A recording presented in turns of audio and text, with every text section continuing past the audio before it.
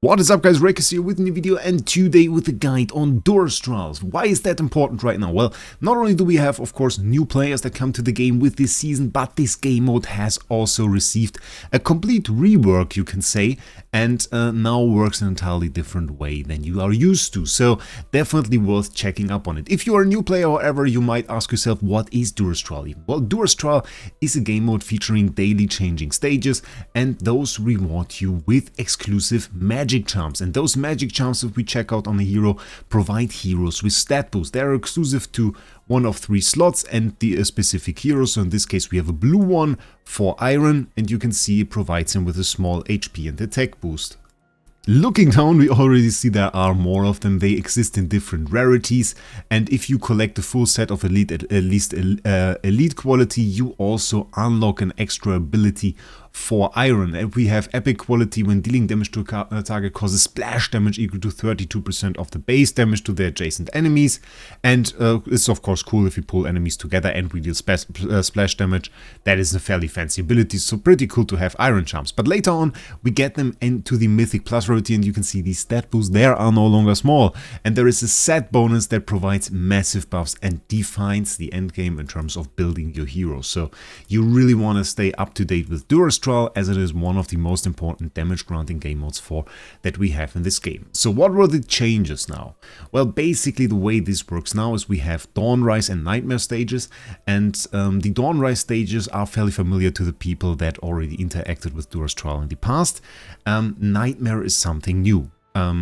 What Nightmare does is Nightmare buffs your daily sweep rewards. Every single day you get 6 of those Duras tokens that allow you to sweep an already cleared stage. For the sweep loot that is displayed up here, 80% chance for charm chest 1, 24 charm chest 2. And the Nightmare stages buff your sweep rewards, not your clear rewards, your sweep rewards. So it doesn't matter if you do Dawnrise or Nightmare first, you won't lose out on any loot. Personally, I tend to go with Nightmare. There was one more very big change in here. It used to be in the way that we had featured heroes that got immense stat boost, and the only way for you to really clear this was to rely on those heroes. We once again have featured heroes, but they work very differently. Instead of us having the faction talent tiles on the battlefield, we have those white talent tiles, 2 of them. And they will allow us to place one of the featured heroes on each of them, and they get a special ability. We can, for example, place Sylvina. Her basic stats will increase by 13%, and she will use First Strike, one of her abilities, every few seconds. And this is pretty cool. Basically, every hero has unique abilities that they can use in the battle, and some of them are really strong, some of them are a little bit weaker, but in general, you can experiment a little bit with it. Nightmare mode is a little bit special in the sense that there are a lot of locked heroes, so you have less heroes that are actually usable right here, while the normal Dawnrise stages allow you to use the same featured stages. So for example, if we are on the tank stages right now and we go to Dawnrise and we go into battle, we have the same featured heroes, but all heroes are unlocked, so we can use whatever we want. And also, aside from our 2 heroes on those tiles, there are no further featured heroes. So I can go ahead and use Harak, use Talene, use whatever I want in here to the full extent, as long as I have my 2 featured heroes set. The other 3 I'm completely free with, and what that means, of course, is we do kind of rely on less heroes, but we rely more on the one specific we have. So has some downsides, but in general I really like this rework. Let's try this out. So we first will remove Sinbad and Vala here, remainder from the last season, and then we can decide on some skills that we want to use. I personally think the Florabelle skill is very cool. Summons all bull prides which are respawned when a battle starts, and an extra Swifty every few seconds. And we can go for Sylvina. We have Paragon 3 on her, that is fairly powerful. First Strike is pretty powerful. Viperion is probably a very good choice because we get 40% basic stat boost. Maybe Viperion is really stupid. 40% stat boost Viperion? That could be a bit insane. So now of course we have to fill up the team, and on this one actually it's not quite that easy because we don't really have good heroes. We'll probably go with Kruger as he is decently tanky. Sonya, Madness of course, buffing our 2 heroes right here, and then we have 4 and we can use a 5th one. Who do we even go for? Sinbad is an option. I guess Mikola, even though I would prefer not to, if I'm honest.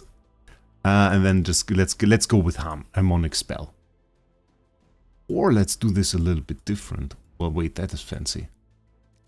Is that cool? We can go overcharge on Viperion. Let's try this. Let's try this. I'll make it a little bit slower. And you can see we immediately get all the bull prides. They are all in the battlefield. So we have a huge army right from the start. All the enemies are hit by Viperion. And Viperion ult coming up. With the skin, we of course have the skin on him, which is really, really cool. And that's already it. First stage, rather weak. With the cool Viperion skin. And yeah, 2 heroes definitely dealt the most damage. We supported them in an appropriate way. And what it did was our drop rate for Charms Chest 2 is now 3% higher. And we can see this in Dawnrise. It said 20% before, and now it's 23%. So this was already an upgrade. And we can progress through those stages quite a lot and get ourselves higher upgrades. I think still stage 6 is where we can go. And this will give us a little bit of a golden essence boost and of course make us drop way more chests. And the stages are usually not that different. On many of those tiles, they are not different at all. On this one, it seems to be a little bit of a change. I had some of those stages where it felt like every single enemy stage was the same. And then you are pretty quickly done, because then it's just mostly a power check. Yesterday, I had to say the Mirror stages were super cool. I hope to be able to show them at one point. Ah, the new skin is so fancy. I really like it. There we have it.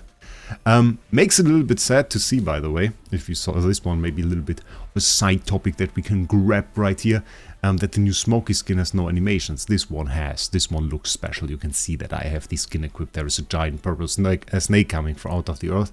And yeah, Viperion seems to be a good idea for this one.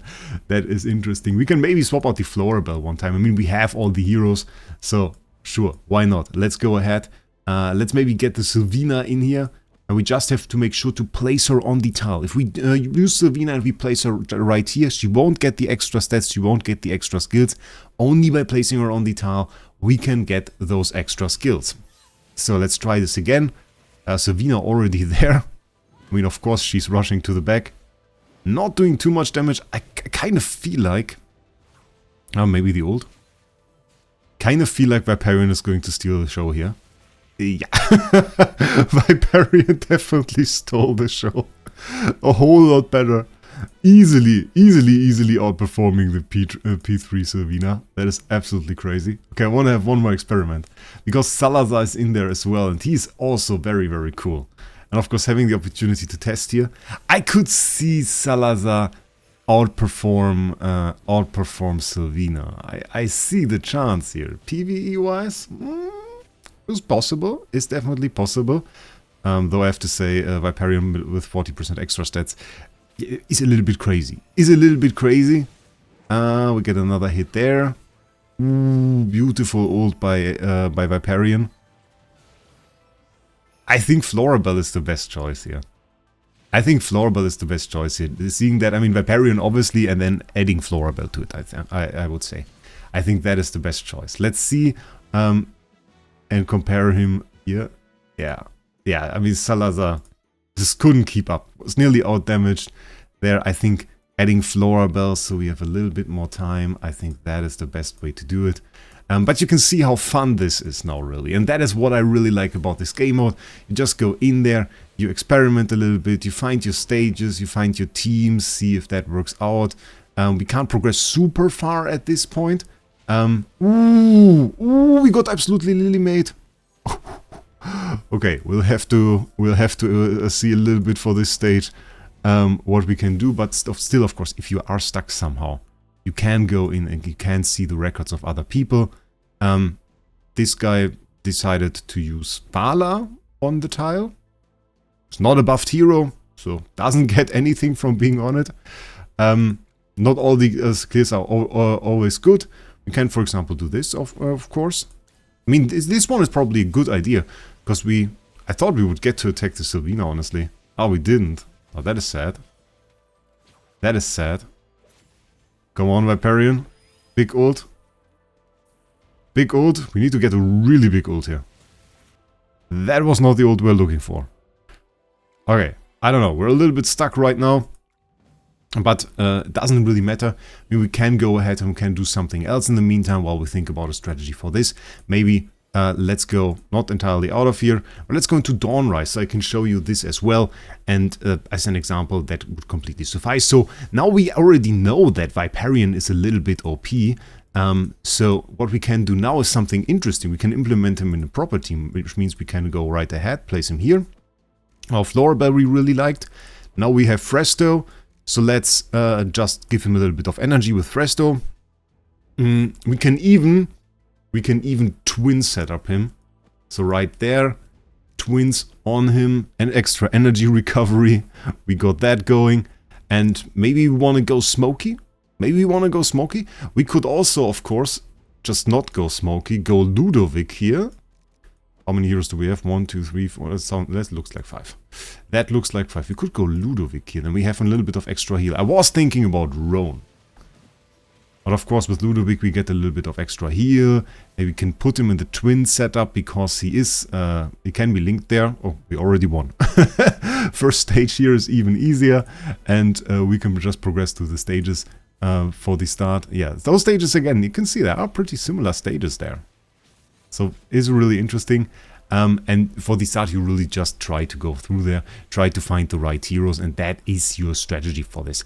Try to use the key heroes, put them on the tiles, not somewhere next to it, on the tiles so they can do their best, and suddenly Florabelle or a Viperion or something like this will turn out to be your best damage dealer. Yesterday, as I said, it was Mirael. So pretty cool. Make sure you play it right, and I think it is way more fun than last season. Let me down in the comments what you think about the rework of Duras that they did, especially if you played last season. Do you like this more? Do you like last season's way this worked more? Tell me all of that down below. I hope this guide helped you. If it did, so please subscribe to the channel. Always helps me out a lot. And we'll see us in the next one.